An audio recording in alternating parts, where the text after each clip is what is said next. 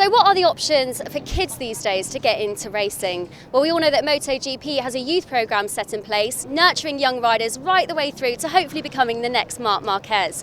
But what is there for kids in the UK?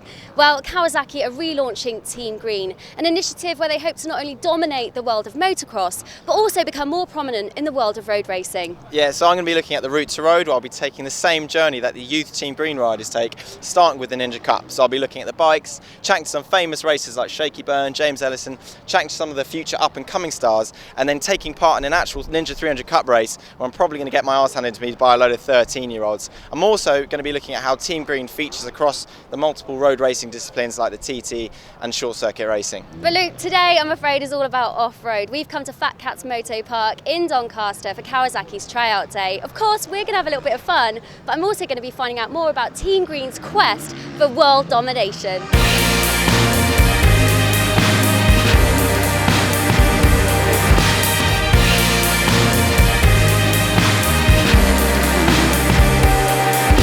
Ross Burridge, race coordinator for Kawasaki, is the perfect person to clarify exactly what Team Green is. So Ross, enlighten me. Team Green is an umbrella term that we use for all of Kawasaki racing activity. It's quite a historic term.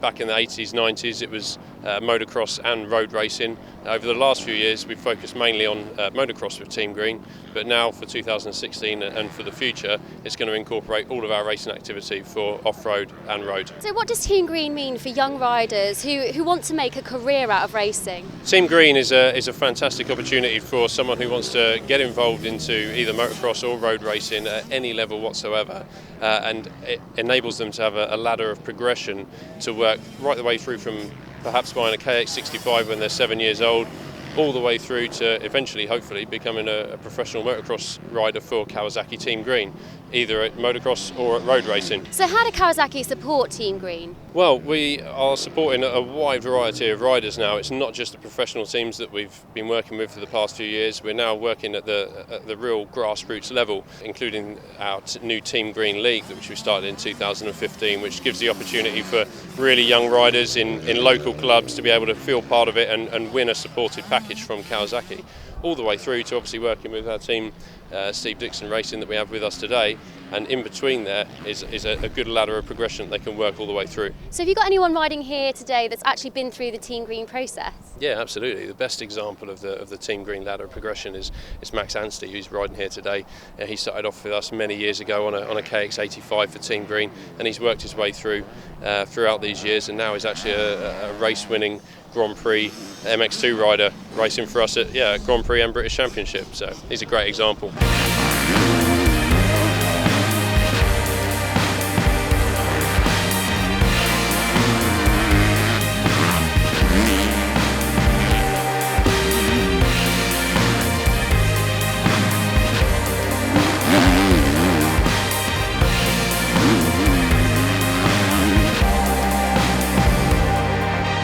I'm joined by multiple British and European motocross champion Lee Dunham.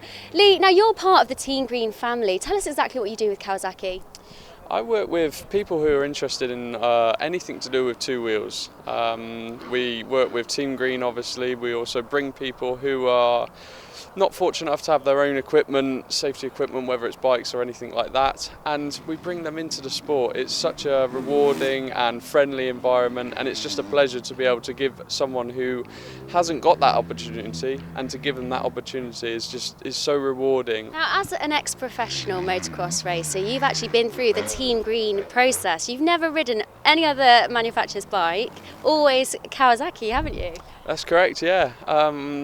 I was supported by Fraser de Gloucester as a very youth team when I was about 5 or 6 possibly, and then just carried on. I fell in love with the green bikes and carried on all the way through. Ended my career with LP Kawasaki, which was a fantastic support program. Of course, going through Team Green process all the way through. It's just really nice to be part of a family who not only appreciate what you do, but they make you feel like you are part of a family. It's really, really good. What do you think Team Green means for young riders today? I mean, Kawasaki are really pushing this initiative for 2016. it's really nice to see actually that young riders of any ability have got somewhere that they really want to be. Everyone's got that star that they always look up to, and young riders have got this as well with Team Green. It's a very professional team, not only looks wise but also on the track and when they're behind the camera too. Talking a bit more specifically about motocross as a discipline, what does it give young people? Well, certainly where I stand at the moment, working with people who are disabled, people who have no bike at the moment, they're given an opportunity to ride. It's so rewarding, not only when you're on the bikes themselves, but they're also having such a reward back at school. It's certainly the people that I'm working with, they have had so many good reports, so many good teacher feedbacks, and I'm getting fed every single week all these reports, and it's fantastic to see people who have learning difficulties, anger management issues, or anything that's frustrating back at home, and then they come into using the bikes. They're concentrating so much, and they're using the bikes as a huge carrot at the end of the day, and we're rewarding them all the time. It's fantastic.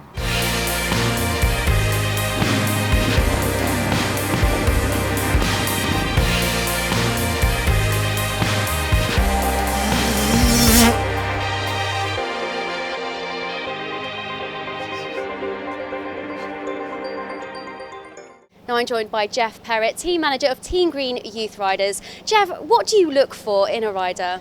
Well, most notably we look for raw talent, and actually how their skill level, their skill set, that's obviously key.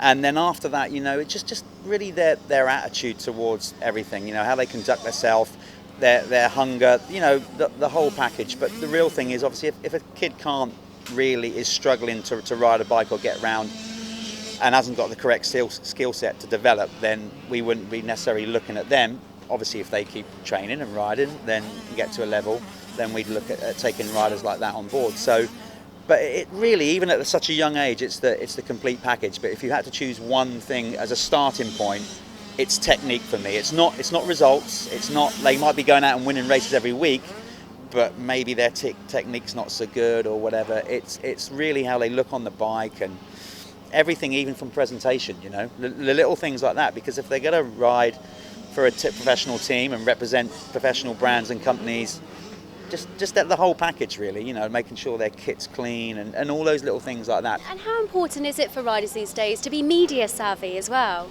It's a huge thing, I mean, it's just evolved so quickly. When I was racing, didn't even have computers then, I don't think. But now, the way you conduct yourself on Twitter and Facebook, it's opened it up to the whole world. So, if they're going to make the grade and have these professional companies, you are representing that brand, and it's becoming more and more of a young man's and girls' sport. Everything about our sport is becoming more and more professional. So if there are some young riders at home thinking, I really want to pursue a career in racing, how do they get seen? Well, initially I obviously got to get a motorcycle, get riding at a local club, and then just work their way up through the ranks. We go to a lot of national events. I try to get to a lot of regional events as well, because there might be a young kid that's got a load of talent but is not maybe got the resources to go to a national level yet, because obviously it takes a lot of money and effort from the parents as well. So we look at that. But that's the real thing, is to just work your way up and then get to a national level where all the major sponsors are and more of the industry are at those big events, and just get yourself seen, as I said, by conducting yourself well, putting the work in, having a good work ethic, and that's how we do it. Well, it's been great finding out more about Team Green, but Jeff, as me and Luke are here, we thought we'd head out on track, and with your keen eye, you can see whether or not we'd actually make it into the youth academy. What do you think? Oh well, this is your moment, isn't it? It literally is. Like, I guess I'm kind of Simon Cowell figure, maybe with a little less money, but yes, talent squad, here we go. Get yourself out there. I shall be casting my eye.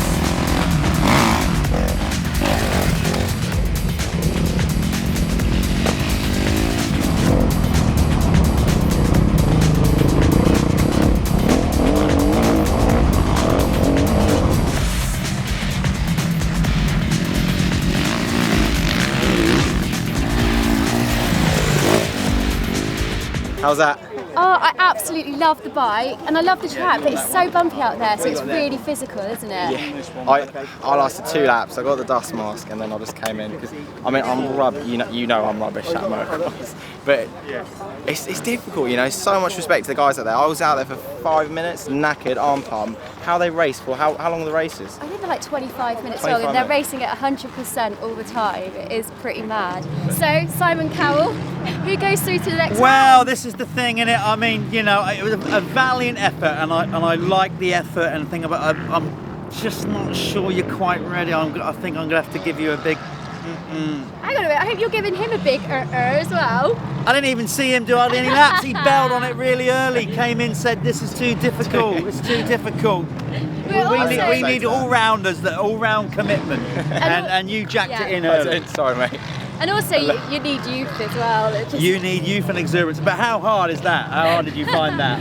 Really physical. I much respect to these guys that are giving 100% in these races, which are 25 minutes Yeah, long. 25, sometimes 30. Yeah. And the track conditions out there are quite tough today, aren't they, for newbies?